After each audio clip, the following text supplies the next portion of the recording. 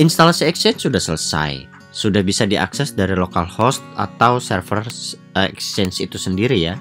Lalu bagaimana cara agar kita dapat mengakses server email kita dari server lain atau dari komputer-komputer internal perusahaan tersebut gitu.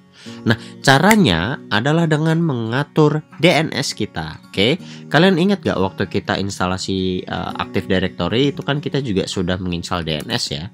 Nah, DNS-nya itu sudah include dari Active Directory tersebut, kecuali memang kustomisasi gitu. Nah, oke, kita langsung masuk aja ya DNS. Nah, terus di sini kita bisa lihat nih forward lookup zone. Nah, di sini kan ada idnid.myid. Nah, memang kalau misalkan kita akses hg-vmx19a.idn.myid itu memang bisa gitu. Ini contohnya seperti ini ya. hg.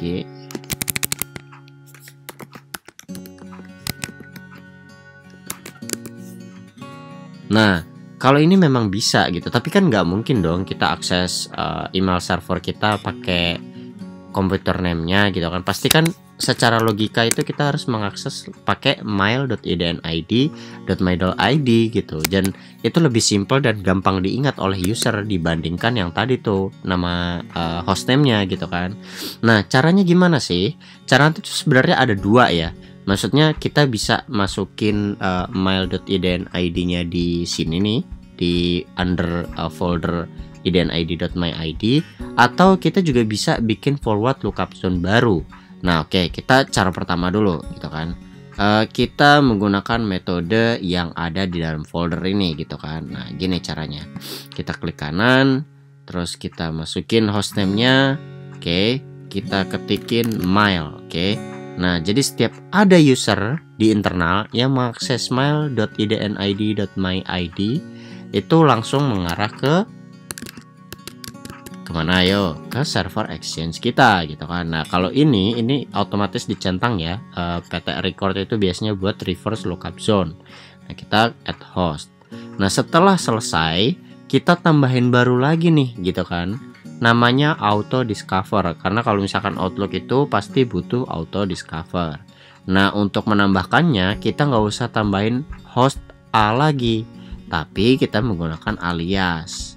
Oke, dengan cara apa? Kita ketikin auto discover, nanti dia akan mengarah ke mail.idnid.my.id.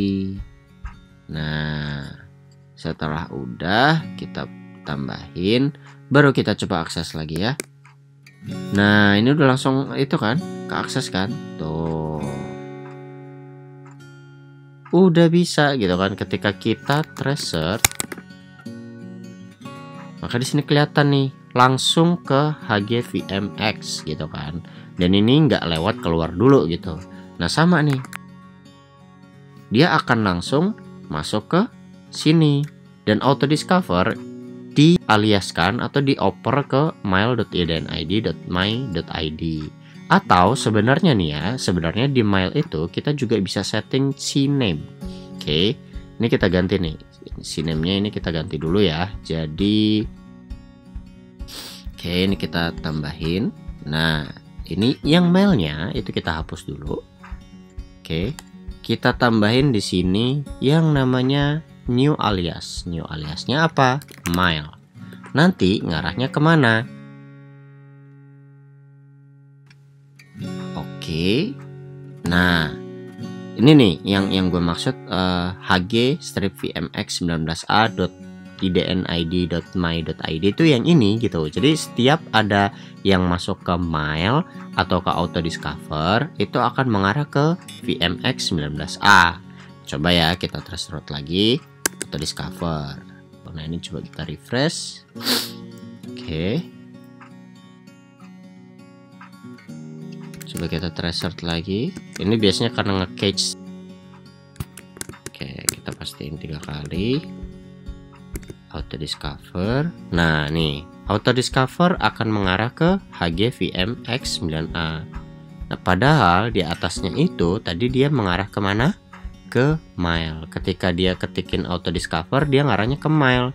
Tapi ketika kita udah ganti nih di auto discover ya, aliasnya kemana, ke HGVMX itu, maka dia akan mengarah ke HGVMX ini nih. Aduh, mana nih? Nah, ini nih. Dia akan diarahkan ke sini, sama juga kayak mail.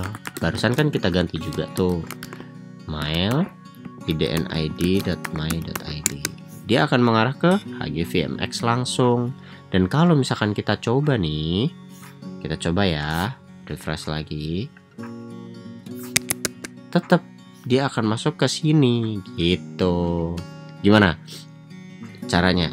Nah, untuk cara yang kedua dengan cara membuat folder baru itu akan gue pisah di video selanjutnya. Intinya sebenarnya cara kerja DNS itu gampang banget, dan seperti inilah ibaratnya kayak yang penting itu adalah host A-nya, dan yang kedua kita bikin alias CNAME-nya gitu. Gimana teman-teman?